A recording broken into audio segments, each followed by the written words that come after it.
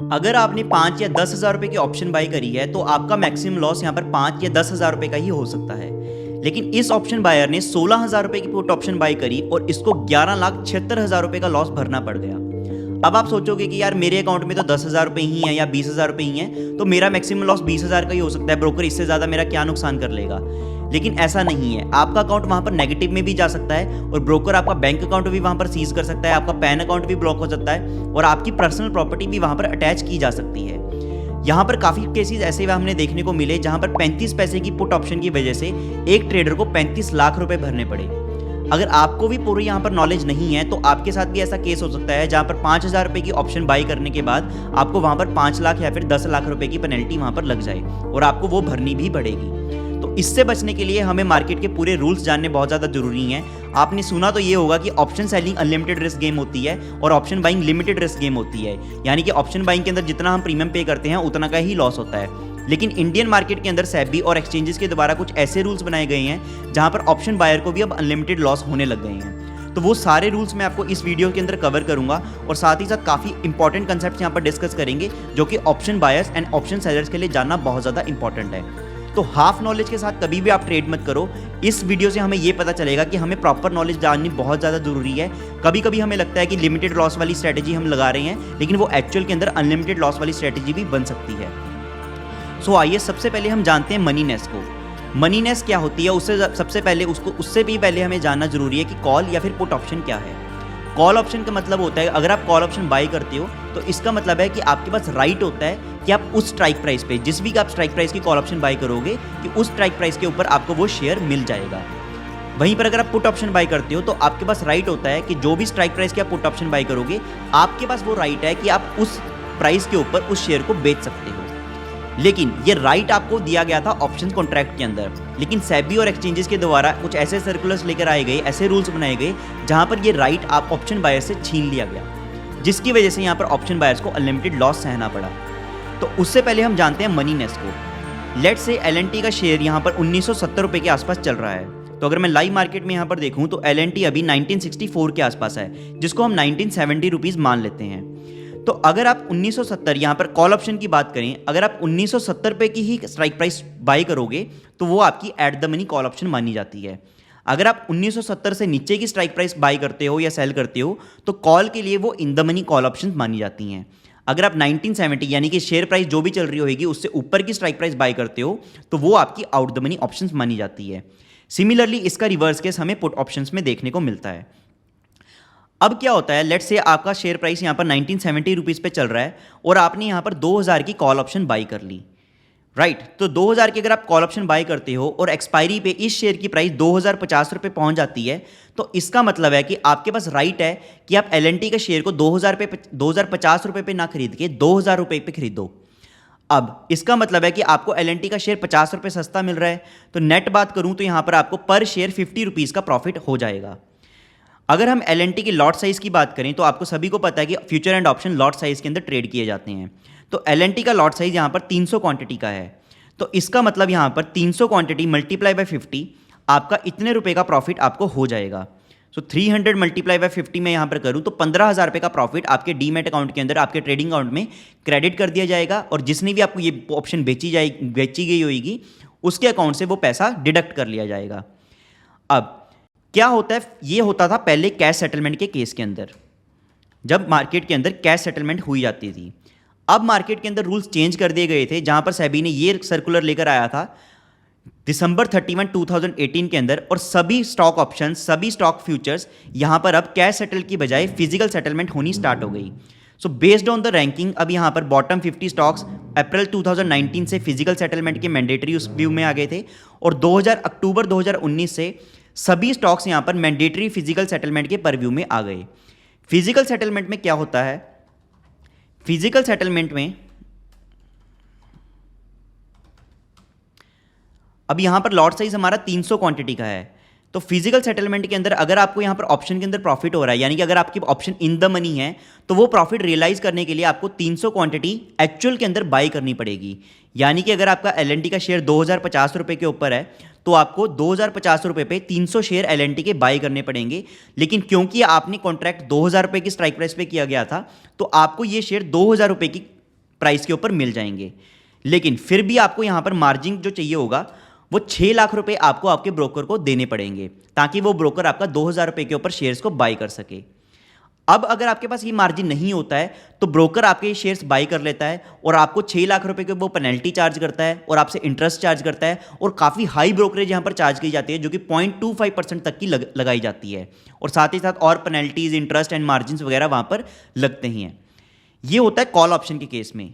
Put option के case के अंदर क्या होता है, पुट ऑप्शन में सभी को पता है कि आपके पास राइट टू सेल होता है, यानी कि अगर आपने एल की 2,000 रुपये की पुट ऑप्शन यहाँ पर बाई करी है और एल का शेयर यहाँ पर लेट से 1980 रुपीज़ पे चल रहा है, तो आपके पास राइट है कि आप एल के शेयर को 2,000 रुपये पे ही बेचोगे, यानी कि 20 रुपये फायदे में बेचने का आपके पास वहाँ पर राइट है। ये राइट पहले दिया जाता था, लेकिन सेबी के मैंडेटरी सर्कुलर के बाद ये राइट छीन लिया गया है।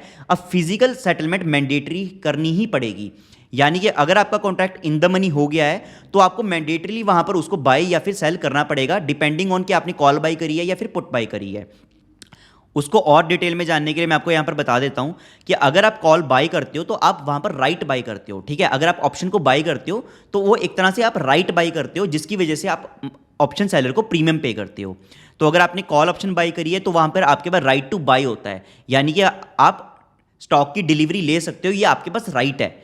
वहीं पर अगर आप पुट बाई करते हो तो आपको स्टॉक की डिलीवरी देनी पड़ेगी, या फिर आप स्टॉक की डिलीवरी दे सकते हो, स्टॉक को बेच सकते हो स्पेसिफिक स्ट्राइक प्राइस के ऊपर, ये आपका राइट है। लेकिन ये राइट छीन लिया गया है, अब ये राइट नहीं रहा, ये आपको मैंडेटरी ऑब्लिगेशन है। पहले ये ऑब्लिगेशन सिर्फ सेलर की होती थी जो ऑप्शन बेचता था।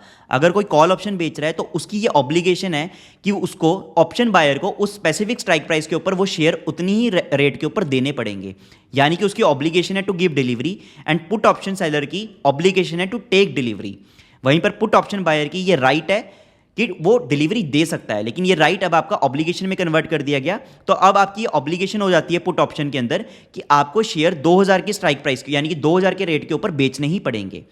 लेकिन आप बोलोगे कि सर हमने तो हिंडेलो के अगर पुट ऑप्शन बाई करी है तो मेरे पास तो शेयर है ही नहीं, मैं कैसे उसको बेचूं।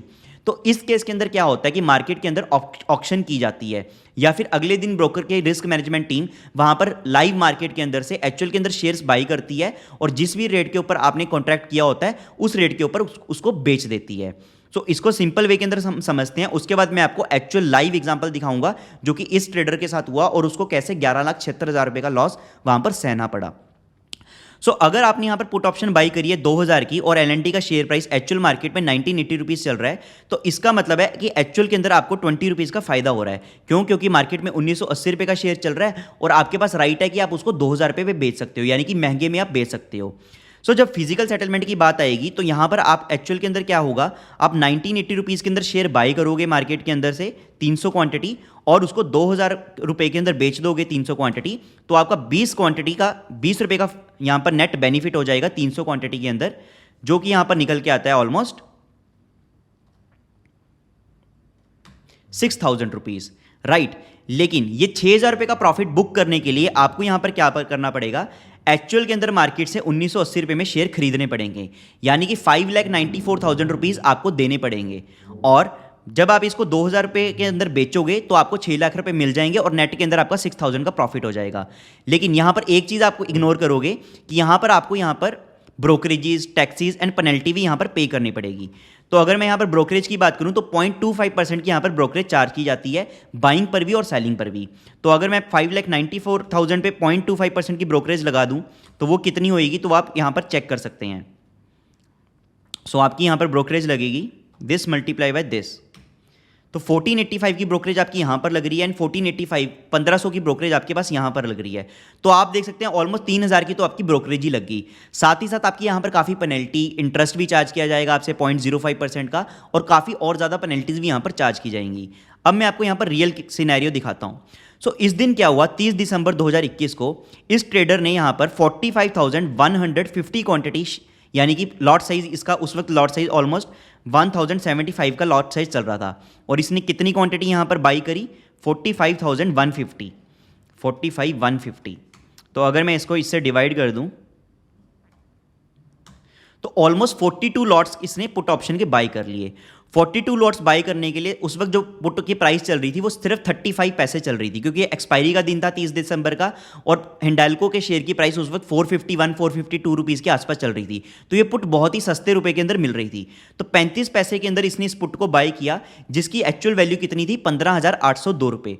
तो 15,802 रुपये के देके इसने इतने कितना प्रीमियम पे किया, प्रीमियम पेड 15,800, या फिर इसको मैं 16,000 रुपये ही मान लेता हूँ वीडियो की कन्वीनियंस के लिए। तो 16,000 रुपये का उसने प्रीमियम पे किया, और उसके अकाउंट में भी 16 से 20,000 रुपये थे, और उसने सोचा कि यार मेरा मैक्सिमम लॉस 16,000 का ही होगा, तो मुझे क्या ही दिक्कत है, अगर बाई चांस हिंडाल्को का शेयर गिर जाता है तो मेरी पुट इन द मनी हो जाएगी, और अगर 1 रुपया भी हिंडाल्को का शेयर गिरता है तो ये 35 रुपये की पुट 1 रुपया बढ़ेगी, और मेरे को यहाँ पर 45,000 रुपये का प्रॉफिट हो जाएगा। तो इस माइंडसेट के साथ उसने ये पुट ऑप्शन बाई करी। लेकिन मार्केट के अंदर क्या हुआ, तो 30 दिसंबर का ये आप चार्ट देख सकते हैं। मैंने ये 5 मिनट का चार्ट ओपन किया है हिंडाल्को का 30 दिसंबर 2021 का।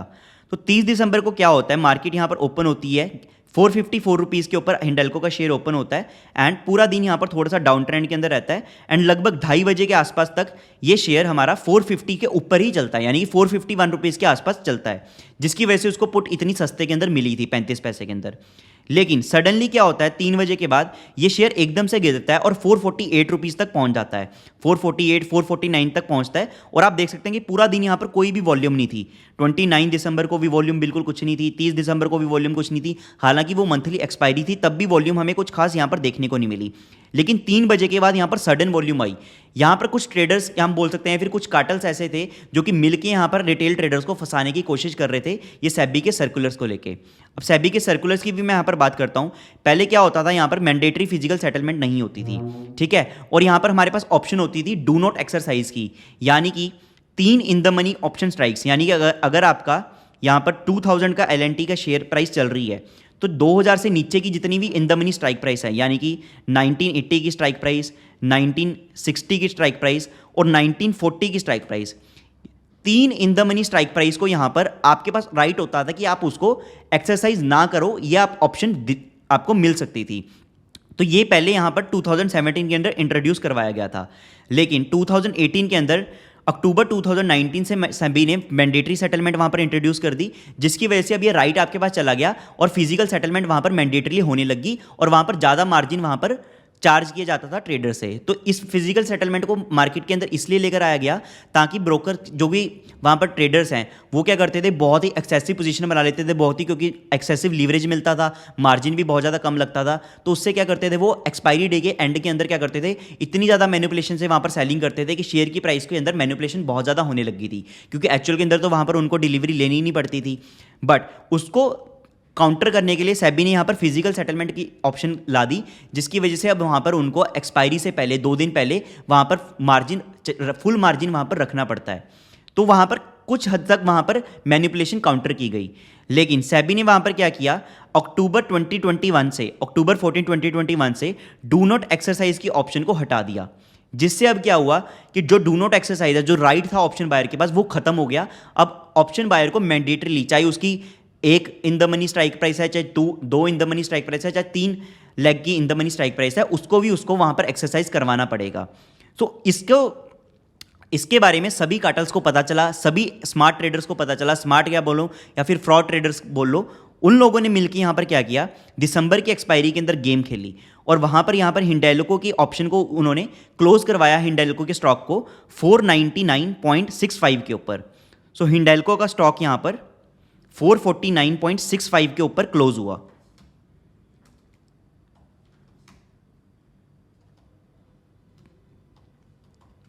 Closed eight 449.65। और जिन लोगों ने 450 की पुट ऑप्शन बाय करी थी, अब उनकी पुट ऑप्शन यहां पर क्या होगी, इन द मनी होगी, राइट। तो सिमिलरली इस ट्रेडर की ये पुट ऑप्शन क्या होगी, अब in the money put option इसकी बन गई है, जो कि मैंने आपको यहां पर बताया कि अगर आपकी पुट ऑप्शन आपकी करंट मार्केट प्राइस से ऊपर की स्ट्राइक प्राइस की है तो वो आपकी इन द मनी मानी जाती है। तो यहाँ पर इसकी पुट ऑप्शन यहाँ पर इन द मनी होगी, और एक्चुअल के अंदर इस पुट ऑप्शन की वैल्यू थी, जो उसको एक्चुअल में फ़ायदा हो रहा था, वो उसको 35 पैसे का यहाँ पर फ़ायदा हो रहा था, जो कि आपको यहाँ पर स्क्रीन के ऊपर नज़र आ रहा है। लेकिन यहाँ पर क्योंकि फिजिकल सेटलमेंट हो रही थी, क्या हुआ यहाँ पर, जब पुट ऑप्शन वो एग्जिट करने लगा क्लोजिंग के अंदर, तो वहाँ पर बायर ही नहीं बचा। यहाँ पर 16 लाख से भी ज़्यादा कॉन्ट्रैक्ट्स ओपन थे और सभी बायर जिन्होंने ऑप्शन बेच रखी थी, जिन्होंने भी ये 450 की पुट ऑप्शन बेच रखी थी, वो एकदम से गायब हो गए 2:30 बजे के बाद, और उन्होंने अपनी ऑप्शंस को बाय बैक नहीं किया। उनको पता था कि अगर वो ऑप्शन को बाय बैक नहीं करेंगे तो वहाँ पर क्या होगा कि ऑप्शन बायर्स के पास कॉन्ट्रैक्ट्स ओपन रह जाएंगे, उनको डिलीवरी देनी पड़ेगी, तो वो कल मार्केट के अंदर या तो ऑप्शन उनको हिंडाल्को के शेयर के अंदर बाइंग आएगी तो हिंडाल्को का शेयर वहाँ पर बढ़ के मिलेगा। तो उन्होंने यहाँ पर गेम खेली और यहाँ पर क्या हुआ, उन्होंने ऑप्शंस को बाई नहीं किया, ठीक है। तो जिससे क्या हुआ, नेक्स्ट डे हिंडाल्को का शेयर 450 से बढ़ के यहाँ पर 470 रुपये तक पहुँचा। तो इसके ब्रोकर ने यहाँ पर क्या किया, दिनेश के ब्रोकर ने क्या किया, 10:30 बजे इनकी हिंडाल्को के शेयर, क्योंकि उसको डिलीवरी देनी थी, 450 पे शेयर बेचने थे, अब उसके पास शेयर नहीं थे, तो ब्रोकर ने क्या किया, मार्केट से शेयर खरीदे। तो मार्केट से जब शेयर खरीदे तो मार्केट के अंदर शेयर की प्राइस ऑलरेडी इतनी ज़्यादा बढ़ चुकी थी कि 450 रुपये का शेयर अब दिनेश के अकाउंट में वो 470 रुपये पे बाई किया गया। तो जब उसने 45,150 क्वांटिटी 470 रुपये पे बाई करी, तो आप इसको लगा सकते हैं कि कितने करोड़ के अंदर यहाँ पर कॉन्ट्रैक्ट का साइज उसका बन गया। तो यहाँ पर 2 करोड़ 12 लाख का उसका कॉन्ट्रैक्ट का साइज बन गया, जो कि उसको 470 रुपये पे खरीदना पड़ा। अब क्योंकि इसको डिलीवरी देनी भी है, तो 45,150 क्वांटिटी उसकी 450 रुपये की, क्योंकि उसकी पुट ऑप्शन थी, तो एक्चुअल में उसका 450 रुपये पे ऑर्डर सेल भी होगा। तो यहाँ पर उसकी इसकी कॉन्ट्रैक्ट की वैल्यू बनी 2 करोड़ 3 लाख। तो ऑलमोस्ट 4 करोड़ की कॉन्ट्रैक्ट की वैल्यू पे उसके 0.25% की वहाँ पर ब्रोकरेज भी देनी पड़ी, पेनल्टी भी लगी, मार्जिन भी लगा। और क्योंकि इसने 470 रुपये पे खरीदा और उसने बेचा कितने पे, 450 रुपये पे, तो नेट उसको यहाँ पर 20 रुपये का लॉस हो गया। तो 20 रुपये का लॉस 45,000 क्वांटिटी के अंदर आप यहाँ पर कैलकुलेट कर सकते हैं। तो ऑलमोस्ट यहाँ पर इसको 9 लाख रुपए का तो लॉस इसके अंदर हो गया कि उसको हाई प्राइस के ऊपर खरीदना पड़ा, और क्योंकि उसकी पुट ऑप्शन सस्ते के अंदर थी, मतलब स्ट्राइक प्राइस उसके नीचे की थी, तो उसको सस्ते प्राइस में बेचना की पड़ा। हालांकि अगर एक्चुअल के अंदर देखें, उसकी put option in the money थी, एक्सपायरी वाले दिन वो प्रॉफिट के अंदर था, 35 पैसे प्रॉफिट में था, क्योंकि एक्सपायरी वाले दिन तो हिंडाल्को का शेयर 449.65 में क्लोज हुआ। लेकिन क्योंकि उसके पास शेयर एक्चुअल में डिलीवरी में नहीं पड़े थे, उसको मार्केट से खरीदने पड़े, और मार्केट में उसके ब्रोकर ने महंगे रेट पे खरीद लिए, तो उसको प्रॉफिटेबल कॉन्ट्रैक्ट के अंदर 20 रुपये का लॉस यहाँ पर सहना पड़ा। और 20 रुपये का लॉस उसका 9,03,000 रुपये का यहाँ पर बन गया। तो 9,03,000 रुपये तो उसको यहाँ पर भरने ही थे। तो यहाँ पर अगर मैं आपको इसका डिटेल्ड कॉन्ट्रैक्ट यहाँ पर दिखाऊं, तो आप यहाँ पर इसका डिटेल्ड कॉन्ट्रैक्ट यहाँ पर देख सकते हैं। तो ये 2,03,17,500 रुपये उसकी पे आउट ऑब्लिगेशन बन रही थी। मतलब ये जो उसने शेयर 450 रुपये पे बेचने थे उसको, और उसके ऊपर ब्रोकरेज कितनी लगी, 30,000 वगैरह की ब्रोकरेज यहाँ पर लगाकर प्लस टैक्सेस वगैरह लगा के ऑलमोस्ट यहाँ पर उसकी 35,000 की यहाँ पर ब्रोकरेज लग गई। तो 9,03,000 का तो ये लॉस हो गया, प्लस 35,000 की ब्रोकरेज इधर लग गई, प्लस यहाँ पर भी उसकी 0.25% की ब्रोकरेज लगी। तो this multiply by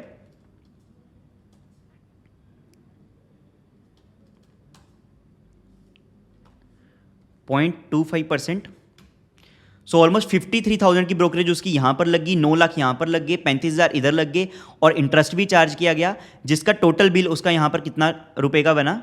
total bill आप देख सकते हैं 11,76,000 रुपये का उसकी आउटस्टैंडिंग अमाउंट उसके अकाउंट में अब खर्च चुकी है, जो कि उसको पे करनी है। सो आप यहाँ पर पूरी यहाँ पर इसकी ये रिपोर्ट दे सकते हैं। मैं पूरे ये लिंक्स भी आपको शेयर कर दूंगा ताकि आप और स्टडी के लिए यहाँ पर देख सकते हैं। तो यहाँ पर बेसिकली सेबी ने क्या किया, सेबी ने पहले डू नॉट एक्सरसाइज की ऑप्शन दी थी, जो उसको हटा दिया, फिर उसको फिजिकल मैंडेटरी यहाँ पर सेटलमेंट कर दी 2018 के अंदर। 2019 में फिजिकल मैंडेटरी सेटलमेंट हो गई है, जिसकी वजह से और रिटेल ऑप्शन को वहाँ पर नुकसान होने वाला था, लेकिन वो बच रहे थे सिर्फ डू नॉट एक्सरसाइज के ऑप्शन से।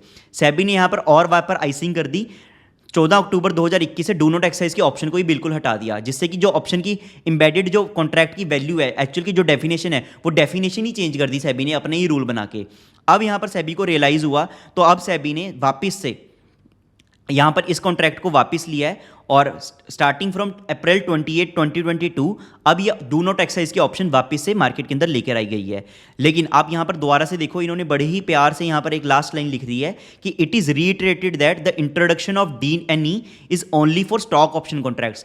फ्यूचर के अंदर अभी भी ये DNE की ऑप्शन नहीं है, तो अगर आप फ्यूचर में ट्रेडिंग कर रहे हो तो वहाँ पर भी बच के रहो। और मैं तभी बोल रहा हूँ कि चाहे लिमिटेड लॉस वाली ट्रेड करो, चाहे मैक्सिमम लॉस वाली ट्रेड करो, चाहे अनलिमिटेड लॉस वाली ट्रेड करो, प्रॉपर नॉलेज के साथ ट्रेड करो। अगर हाफ नॉलेज के साथ आप ट्रेड कर रहे हो तो उससे बेटर है कि आप ट्रेडिंग मत ही करो, क्योंकि 10,000 रुपये की ट्रेड आप लोगे कुछ 2-4 हज़ार रुपये के लिए, और आपको वहाँ पर लाखों का नुकसान सहना पड़ सकता है।